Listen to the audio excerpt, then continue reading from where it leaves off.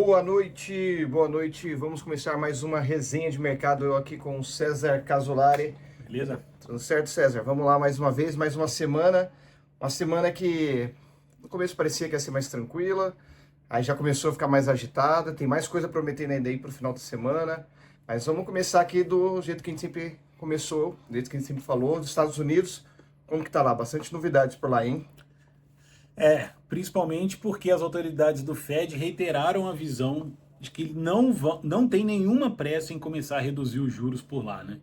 Eles pontuaram três coisas ali importantes para esse diagnóstico, para essa conclusão, que é um crescimento do PIB muito forte no quarto trimestre, né? Hoje saiu mais uma revisão do PIB que ficou em 3,2 no trimestre. A segunda coisa é que o mercado de trabalho continua muito resiliente, né? As vagas continuam sendo abertas e o desemprego não cede.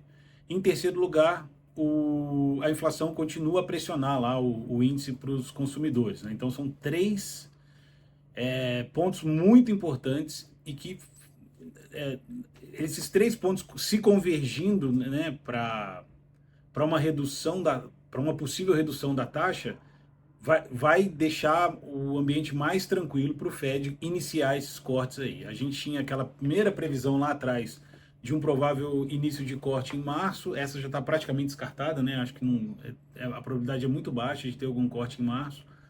Maio ainda tem uma probabilidade ok, mas como esses três índices continuam bem resilientes, a gente acha que deve demorar um pouquinho ainda para a taxa de juros começar a baixar lá, né?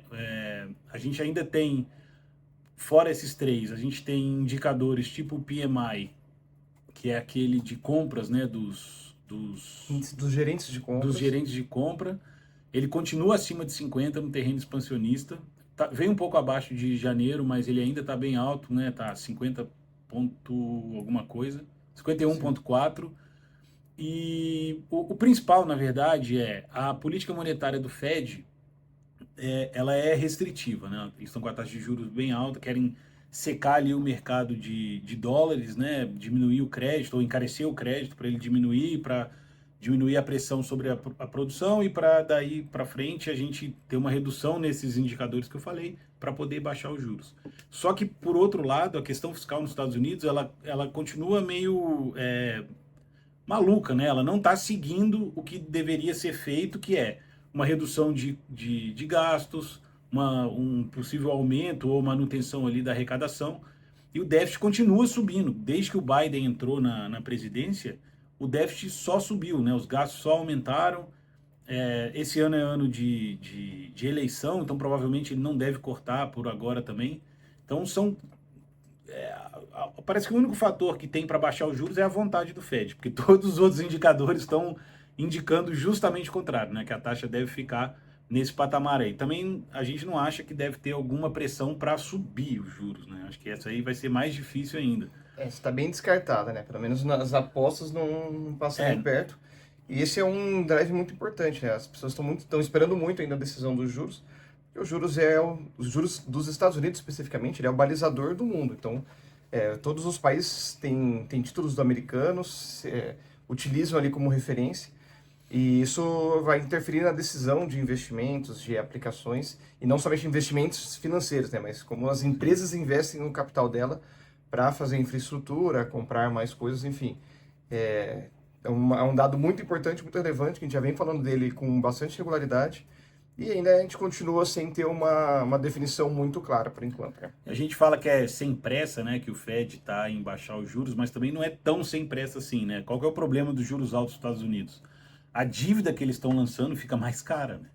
E os Estados Unidos têm uma dívida muito alta. E se continuar nesse ritmo, né, de lançar dívida a essa taxa de juros, é um problema lá na frente, né? Um problema para os Estados Unidos resolver lá na frente, porque uma hora vai ter que pagar ou rolar a dívida com uma taxa muito mais alta, o que é péssimo, né, para qualquer país. Obviamente é sempre melhor ter uma taxa menor, mas o Fed não vai, o que ele quis dizer é que ele não vai acelerar esse processo sem que esses indicadores entrem nesse terreno contracionista aí antes. E você errar esse momento de redução dos juros, ele pode passar uma mensagem, né, pior ainda para o mercado, mais do que errar simplesmente o número, é a mensagem que ele vai passar. E se for comprovado que de fato foi muito antecipado, isso pode gerar problemas no sentido de fazer com que a taxa ela chegue para o ideal num prazo muito mais longo. Então, tudo isso é milimetricamente medido ali pelo Fed e estão de olho para poder começar a reduzir essas taxas no momento certo, né? E isso é tão preocupante que não é só os Estados Unidos, né? A Europa também passa por uma situação bem parecida, né, César? A Europa também está com essa questão, né? Uma inflação um pouquinho mais alta. A taxa de juros lá também está alta e o Banco Central Europeu está querendo já começar a cortar. Porém, o problema é um pouquinho diferente dos Estados Unidos. Lá o problema é falta de demanda, né? E baixar os juros nesse cenário de falta de demanda geralmente costuma incentivar o consumo e o investimento das empresas. De qualquer forma, a avaliação que eles fizeram também é que é um momento muito prematuro para o corte de juros ainda. Ainda tem pressão sobre salários e inflação, apesar do PIB lá estar bem baixinho, né? 0,7, acho que foi o último número que a gente tem. Então, de uma forma geral ali, né, dos países que a gente considera os ricos do mundo, a taxa de juros deve continuar alta, deve continuar levando dólares e euros para esse tipo de investimento e acaba prejudicando aqui um pouco a gente nesse sentido. Na Europa ainda é um pouco mais complicado, como o César falou, que não é só questão de demanda, lá eles são um problema na oferta, principalmente por conta de energia, né? Eles são um problema energético muito grave que se agravou ainda com as guerras e a questão de logística. Inclusive está tendo bastante protesto lá agora por causa do América Latina, ali, principalmente o Brasil, mas o acordo do Mercosul com a Europa, levando as commodities agrícolas para lá, né, que ainda é um ponto de subsistência para muitas famílias ali. Então, cada um quer olhar para o seu lado, mas o problema ele é muito grande, né, e cada um quer defender o seu lado. Então, seguimos ainda acompanhando aqui os juros globais, porque isso com certeza interfere aqui para a gente também, até porque, olhando pela uma forma lógica e fácil da gente entender a comparação entre os países e como isso interfere aqui no Brasil, até a questão cambial mesmo aqui no Brasil, é que o importante é olhar o diferencial de juros. Então, enquanto a gente tinha aqui uma taxa de 13 e quase 14, né? E os Estados Unidos tinha uma taxa de 2, a diferença de juros ela é muito grande. Então, muita gente traz dinheiro para o Brasil. A partir do momento que essa taxa foi subindo, a gente parou aqui no 13, os Estados Unidos parou no 5, ele já ficou com uma diferença aqui já que ainda era muito grande e relevante. Mas acontece que os Estados Unidos está ficando parado por muito tempo e o Brasil está reduzindo. Então, acho muito difícil a gente chegar a encostar aqui nos Estados Unidos, mas só de não ter uma diferença muito elevada aqui já traz menos atratividade para o investidor, para o gringo que quer trazer dinheiro aqui para o Brasil, porque se não tiver tanta diferença assim, não for muito mais atrativo, ele prefere deixar o dinheiro dentro de casa, não é mesmo? Sim, e a comparação que o investidor estrangeiro faz da taxa é com o risco do Brasil, né? E o risco do Brasil ainda está baixo em relação à taxa que a gente tem, né? Essa é uma vantagem que a gente tem. Então a gente está pagando mais que o nosso risco aponta que deveria ser a taxa. Ainda é bom, mas se começar a baixar, vai chegar uma hora que ela vai ficar uma taxa que não é atrativa frente ao risco. Já está um pouco assim, né? A gente está vendo o fluxo saindo e tal, mas ela provavelmente vai piorar, né? A gente vai falar de taxa de juros do Brasil daqui a pouco, mas a tendência ainda é de baixa aqui no Brasil. E falando agora, né, para manter ainda o exterior, a gente falando sobre China, a China ela briga para não se tornar um novo Japão, né? O Japão que era a grande potência ali dos anos 80, com potencial de passar os Estados Unidos, né, para ser a principal economia mundial, acabou perdendo um bônus demográfico, teve problemas também com uma crise imobiliária e parece que o Japão está revivendo a China está revivendo o que o Japão viveu nos anos 80. A China parece o Japão há 20 anos atrás, né? Quando eles começaram a ter esse problema demográfico, o Japão teve uma redução esse ano pelo 14º ou 15º ano seguido de população e essa foi a maior redução dos últimos 15 anos, né? Então, não só a população está reduzindo, como está acelerando essa redução. O que a gente, de forma rápida, qual que é o problema? Tem muita gente que não está produzindo, mas está recebendo, porque está aposentado. Tem pouca gente produzindo. E é um país que tem pouca entrada de imigração. Então, a população mais nova não se repõe. E a China está começando, né? Começou já dois anos, e ano passado teve um recorde ali ano retrasado, desculpa, 2022, já teve um recorde de redução de população, apesar de ainda ser uma população muito numerosa e tal. Mas já é já é uma situação que a China já abriu o olho para isso e não quer que isso vire um problema para eles, né? É muito difícil você fazer uma população de repente começar a ter filho do nada, por mais que seja controlada, né? Mas a situação hoje para criar um filho hoje é muito mais difícil do que era há 50 anos atrás, né? As pessoas tinham 5, 6 filhos e conseguiam ter uma vida boa ainda com o salário que tinham e tal. Hoje é muito mais difícil, né? Não só aqui, como eu acho que em várias partes do mundo, na China, me parece que esse é um problema também. E tem um problema também grave porque, além da questão da quantidade de filhos, você pode compensar um pouco disso com imigração. Mas os Estados Unidos e a Europa ainda têm bastante atratividade para isso, né? A Europa tem estimulado bastante isso, né? Então quem tem algum ascendente ali, italiano, português, espanhol, tem visto que eles cada vez mais flexibilizam a entrada, né, o fornecimento de passaporte para essas pessoas. Os Estados Unidos também acaba tendo uma certa flexibilização, mas a Ásia já encontra um pouco mais de dificuldade. O Japão tiveram um grande problema por questão de preconceito mesmo, de não querer misturar raça. E a China tem um pouco menos de atratividade, até por não ser um país tão aberto, né? Tem algumas questões que são muito culturais também, que são muito diferentes do Ocidente e o Oriente, né? Então, isso acaba dificultando um pouco também. E esse bônus demográfico tende a acelerar agora nos próximos períodos. E o engraçado, outra relação que tem entre essa questão da China com o Japão, é que o Japão também começou esse processo de emperrar o PIB, começar a redução demográfica com uma bolha imobiliária lá no final dos anos 80 e 90. Ali deu esse problema, o pessoal também ficou desconfiado do setor imobiliário e começou a poupar e parar de gastar. Simplesmente começou a poupar para velhice e tal. A taxa zero ainda. E há uma taxa muito baixa, né? Historicamente baixa, e mesmo assim a taxa não foi baixa o suficiente para incentivar as pessoas a fazerem investimentos e a consumir mais.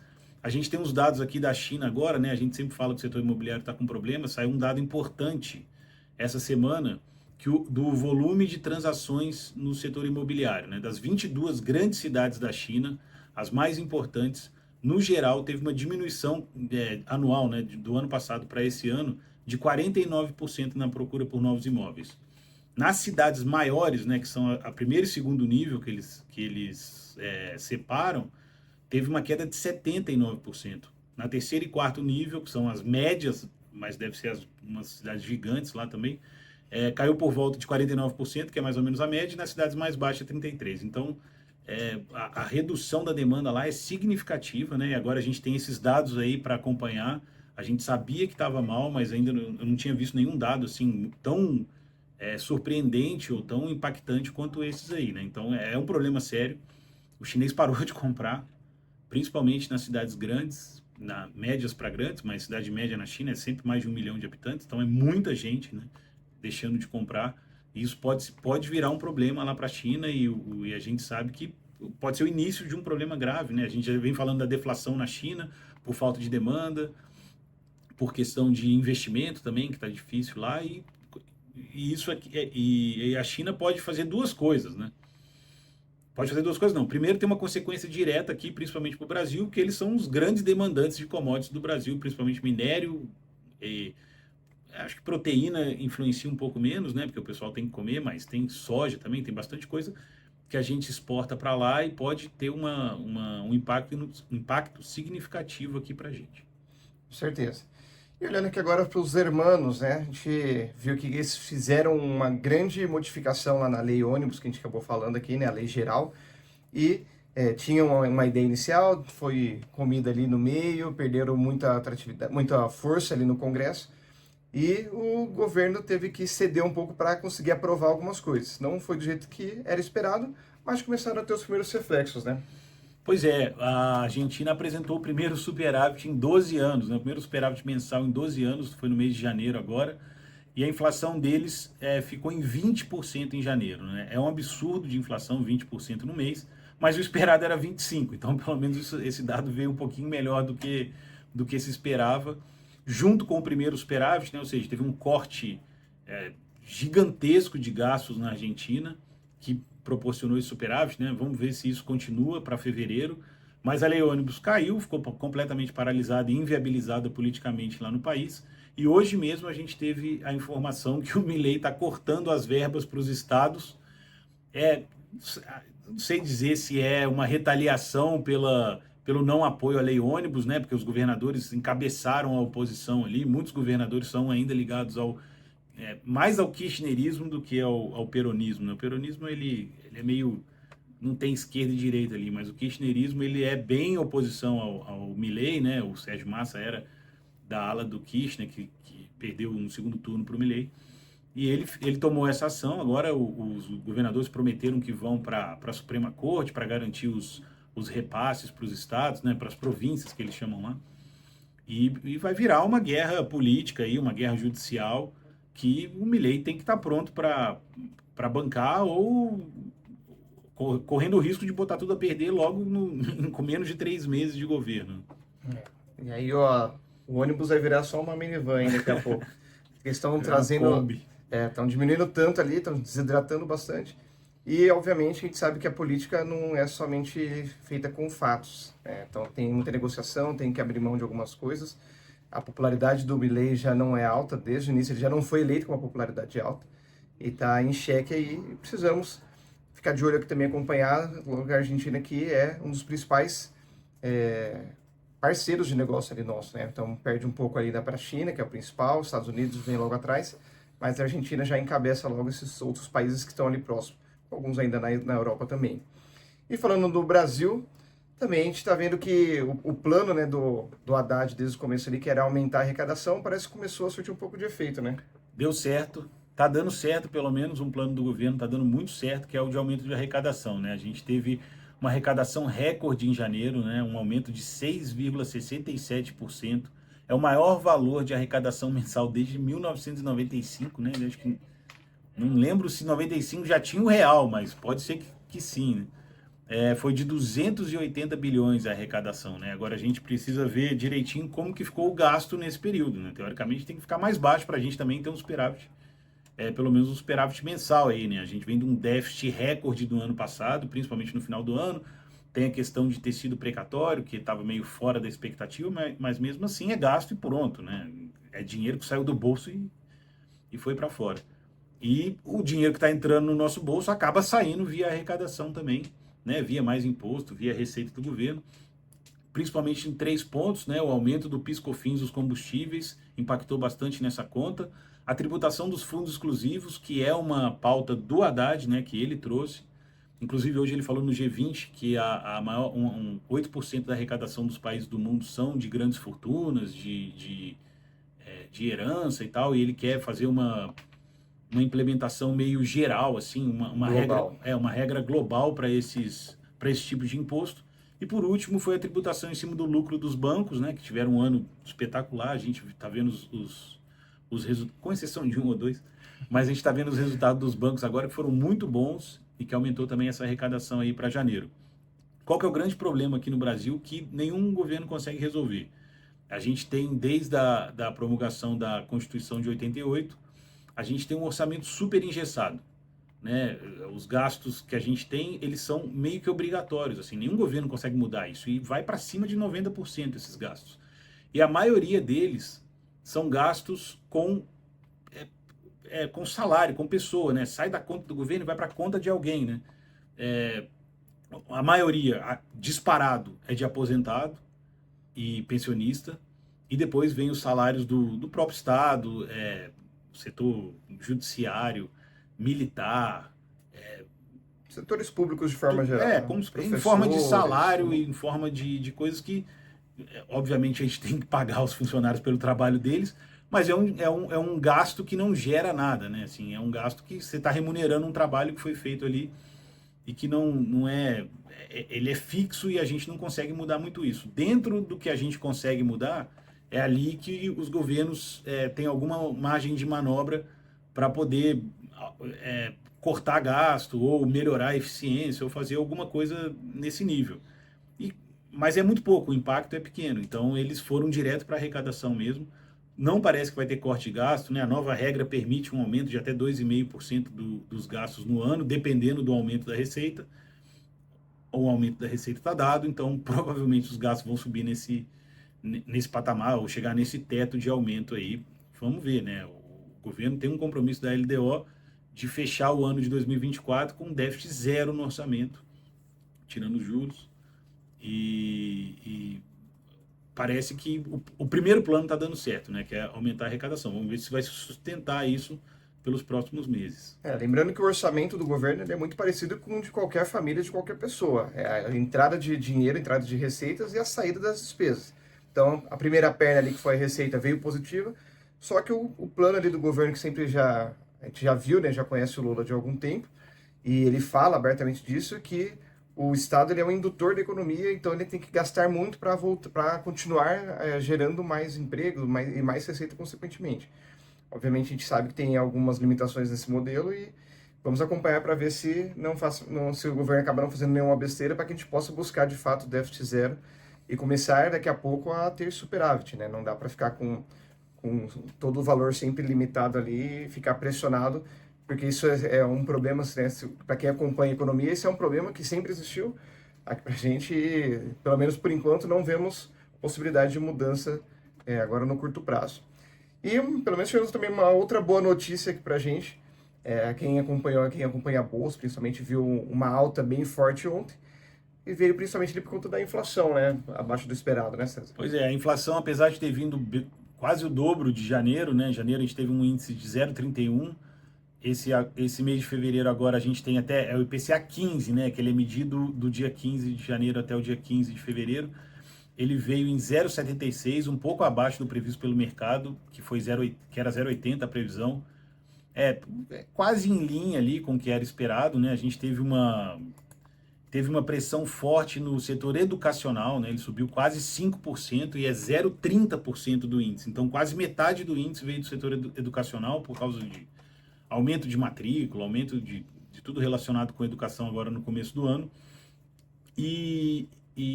Bom, foi dentro do previsto. A inflação dos últimos 12 meses continua abaixo do teto, que é uma boa notícia para a próxima reunião do Copom, que vai ser agora em março mesmo. E por outro lado, a gente teve também a divulgação do IGPM, que vem caindo 0,52 em fevereiro, e no total de 12 meses, né, no acumulado de 12 meses, ele está caindo 3,76. Ele está caindo, né, ele está negativo frente à oferição de 12 meses atrás. Qual que é a relação do IGPM com o IPCA? Né? O IGPM é um índice mais amplo. Ele ele mede preços de toda a cadeia produtiva e ele tem um peso maior no atacado que leva em conta a alta ou a baixa do preço das commodities e do dólar. O IPCA, ele mede mais o consumo das famílias. Então, o índice a relação desses dois índices diz pra gente? O IPCA, na ponta, né, quando o produto chega na prateleira, ele está mais caro. Mas lá no começo, já há 12 meses, essa pressão está diminuindo. Qual que é o esperado? O esperado é que essa diminuição lá no início do setor produtivo, da redução dos custos para o produtor, chegue eventualmente na ponta, não como redução de preço, que é muito difícil, mas como uma inflação menor, que é mais ou menos o que vem acontecendo, né? Nos últimos 6 meses a inflação vem caindo bastante no Brasil, justamente porque o IPCA está puxando para baixo, né? O IPCA é um índice muito mais volátil do que o IGPM é um índice muito mais volátil que o IPCA, né? Ele teve anos aí, não faz muito tempo, acho que 2021, 2022, que ele chegou a subir 30%, e o IPCA não chegou a subir 30%, chegou a subir 10%, então quando sobe muito, quando cai muito, e o IPCA fica ali mais ou menos no meio, flutuando um pouco menos, mas porque ele está na ponta da cadeia de produção, né?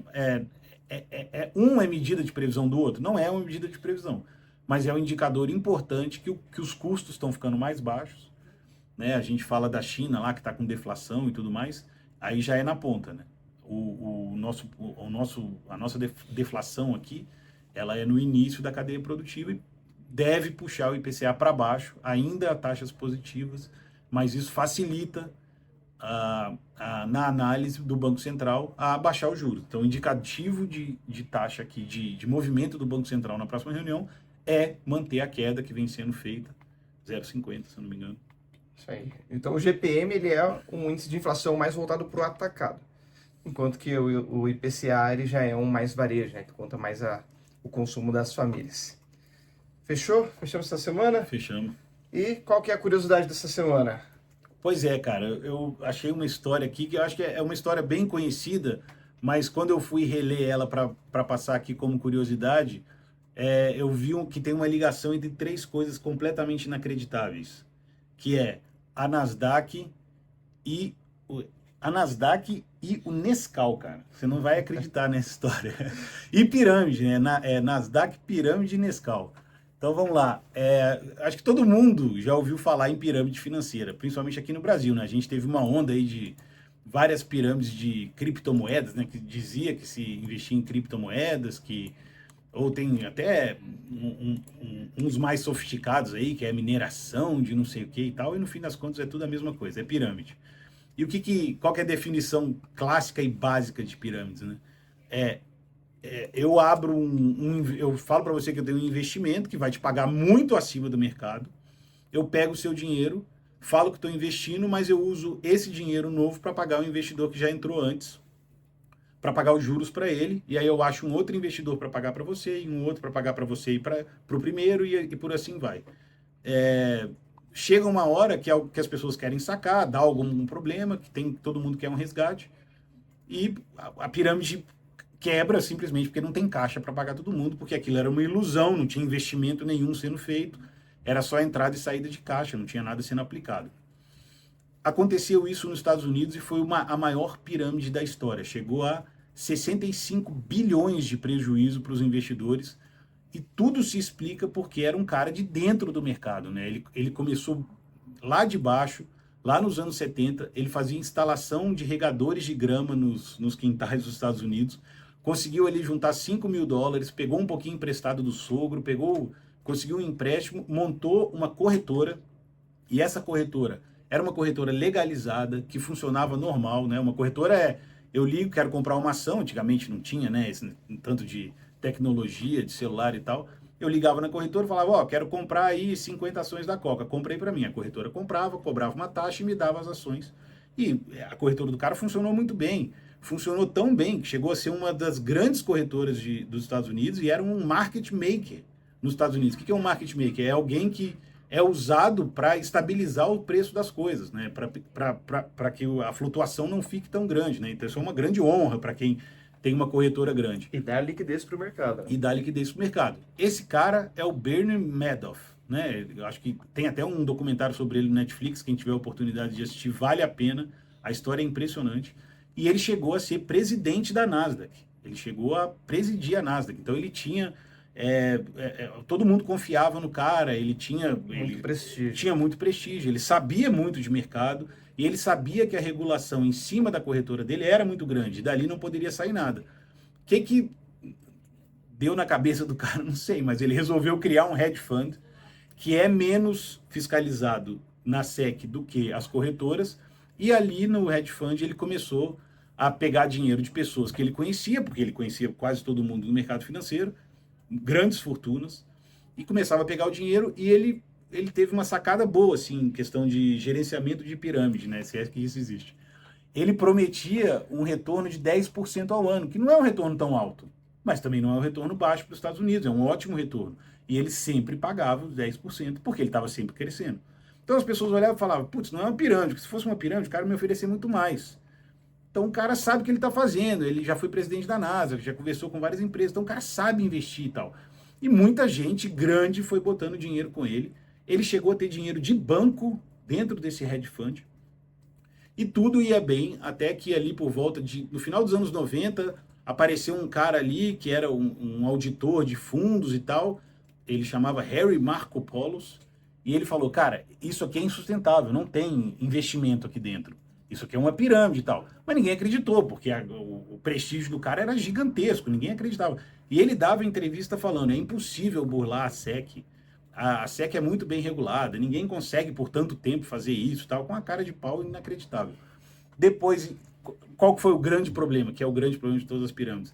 Teve uma crise, né, a crise de 2008, todo mundo se viu ali com as calças curtas, e todo mundo chegou pro cara e falou, bom, tem bilhões aí, por favor, me devolve meu dinheiro que estou precisando aqui, cobrir umas paradas, pagar uns negócios e tal. E aí, quando foram cobrar ele, acho que teve um pedido de saque conjunto de 7 bilhões do fundo, e ele tinha em caixa 200 e pouco. Ele tinha bastante até, mas não o suficiente para um fundo tão grande, né? Fundo de 65 bilhões. Ele deu uma desaparecida e chegou para os filhos dele e falou, ó, deu ruim. Era pirâmide mesmo, confessou para os filhos foram falar com o advogado falou, cara, entrega seu pai, porque senão vai sobrar para vocês e tal. Então os filhos entregaram o pai, o cara tentou sair dessa vida para entrar na história, não conseguiu, foi preso e teve uma condenação de 100 e tantos anos por pirâmide financeira e ficou lá até morrer em 2021. Só que o cara era tão maluco nesse sentido que dentro da cadeia ele arranjou um esquema que era o seguinte: ele comprava todos os Nescau que tinha ali de fornecimento e revendia para os presos lá dentro, cara. Não era Nescau, obviamente, mas era um achocolatado ali, que é o grande prazer do preso. Porque eu não sei o que pode ter de prazer na prisão, mas o cara queria tomar um chocolatinho ali com leite, e o Bernie Madoff era o cara que você falava lá na cadeia para tomar um Nescau. Fornecedor. O único fornecedor, monopolista ali. Então, mesmo na cadeia, o cara já arrumou um esqueminha ali para dar uma grana para ele. E fica aí a história, fica a recomendação ali do documentário no Netflix. É uma história inacreditável. A gente sempre avisa que toma cuidado com rendimento muito fixo, muito acima do normal, mesmo que seja uma pessoa de confiança, né? Tem alguém para te assessorar ali, para olhar para o fundo e falar, putz, esse cara está investindo em tal coisa e esse está dando retorno assim mesmo, não tem nada maluco. Tem muita gente que opera alavancado, então tem que tomar mais cuidado ainda e tal. O mercado financeiro é cheio de gente assim, né? Pode ser bonito, pode ser bem sucedido, mas sempre tomar cuidado com o que a gente está. Nunca confie em retorno tão acima da média, porque geralmente tem alguma coisa estranha aí. Com certeza. Então fica aí a dica, assista lá, tem um ponto interessante desse documentário do Netflix, que ele mostra como que funcionavam essas negociações, como que tiveram essa chamada ali, né, de capital de volta, é um negócio bem interessante. E também mostra ali, sem muitos spoilers, como que foi o fim da vida dele ali, a questão familiar, e a gente vê que ali realmente o crime não compensa. Não compensa. Mas compensa abrir conta aqui com a Amaralto Capital. Fala aqui comigo, com o César, que precisar para poder te orientar, evitar uma pirâmide, para não somente isso, para poder fazer alocações e investimentos com o seu perfil. Estamos aqui à disposição e nos despedimos dessa semana. Voltamos semana que vem com mais novidades, certo, César? Isso aí. Valeu, um abraço. Boa semana a todos. Até mais.